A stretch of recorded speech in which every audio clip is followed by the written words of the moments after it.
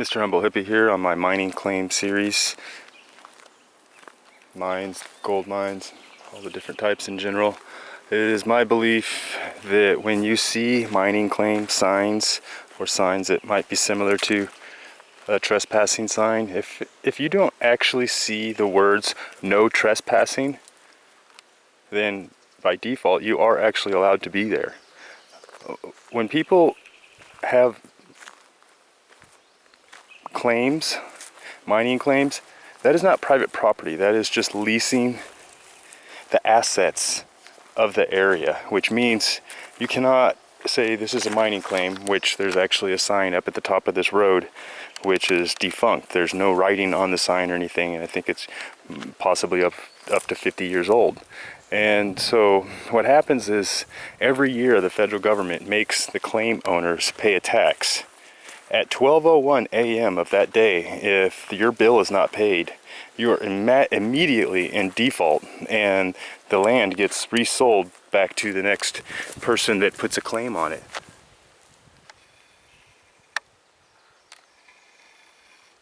So, I believe that, like a lot of lands, they're all owned by the United States. Obviously owns all the land, and so when they lease out that land to the claimant, when they default that land, it just goes back into the government's retainer. And so this is Bureau of Land Management was my point. And so you're always on federally regulated property. And so I think at this point this has just been turned into kind of a dump. I can see all of these remnants of things. And to emphasize this point, in Reading Creek, a known gold site, and it is my opinion that, well, you can see the locals use it as a dump, probably shooting ground and whatnot, but it is my opinion that the lease on this land is up. That is why people come here and dump washing machines and different things, because we're in the wilderness, and there actually aren't dumps in a lot of small towns in the wilderness. People own land and they take that, with that land they make their own dumps as such. This right here, ladies and gentlemen, is most definitely areas that have just been dug out. This is a whole mined out ditch right here, been grown over. I mean, can you imagine how many years it would take for whatever this item even is? I don't even know what these items are. That's how old these things are. And for them to, oh, it's a huge TV. Oh, I mean, and who does that, you know? I mean, it's just the worst. People are just the worst, you know, these batteries. It's, you know, it's so toxic to the ground. It's so bad.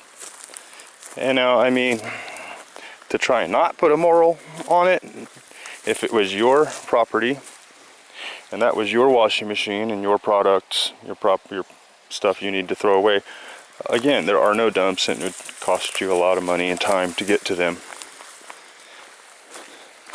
So I think a lot of in the past 5 years and in the future there'll be a lot of mining claims available, because it costs $150 or so in order to put that mine up.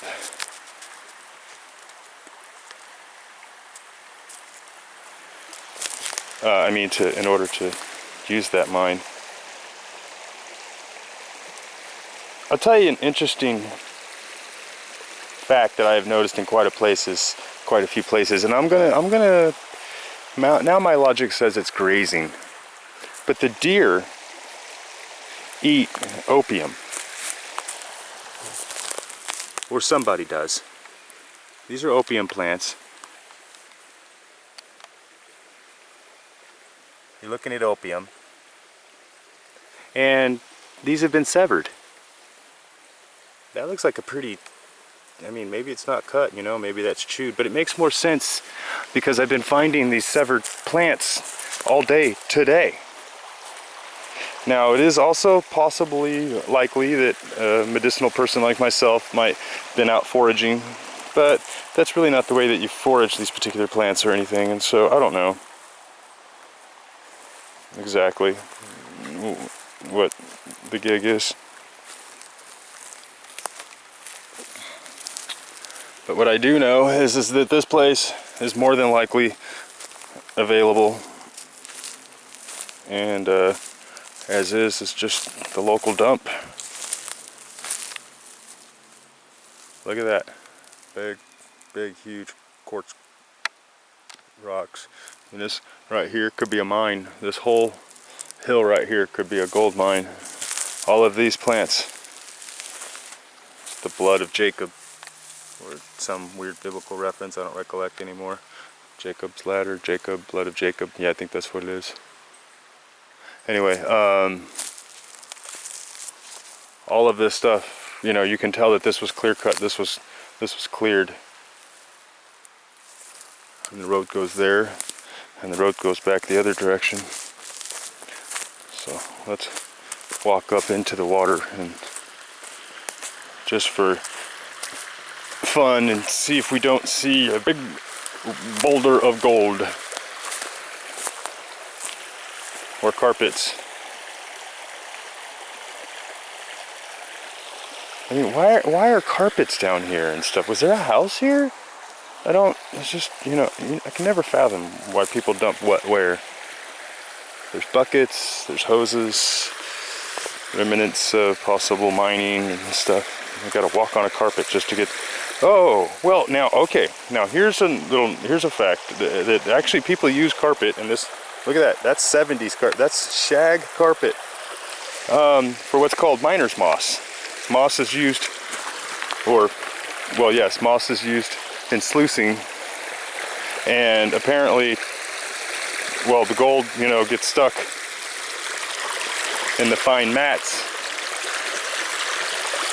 of the moss, and so they make a product called miner's moss. Well, isn't this just the most beautiful area?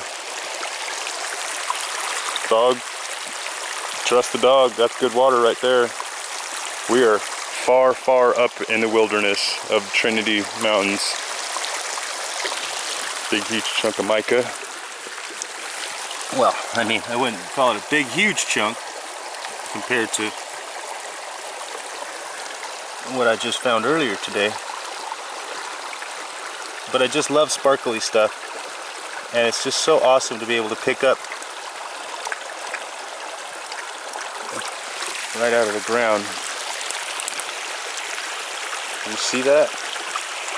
Now, if that was gold, and don't quote me that it's not, I'm pretty ignorant. I know, you guys are like, no, you teach us everything. Well, yeah, so you might want to get a second opinion on some of the things that I say. Regardless, like I said, sparkly stuff is awesome. And you can't really see how sparkly that rock is, but I call this stuff goldstone, for a lack of a better term, because if it's not gold, it sure looks like it, and it's so cool. There you go. But unfortunately, I believe it's just mica. But it does give you an idea, or maybe it's possible that there is in fact gold here, since there's the mica and similar looking sparkly stuff. So I don't know.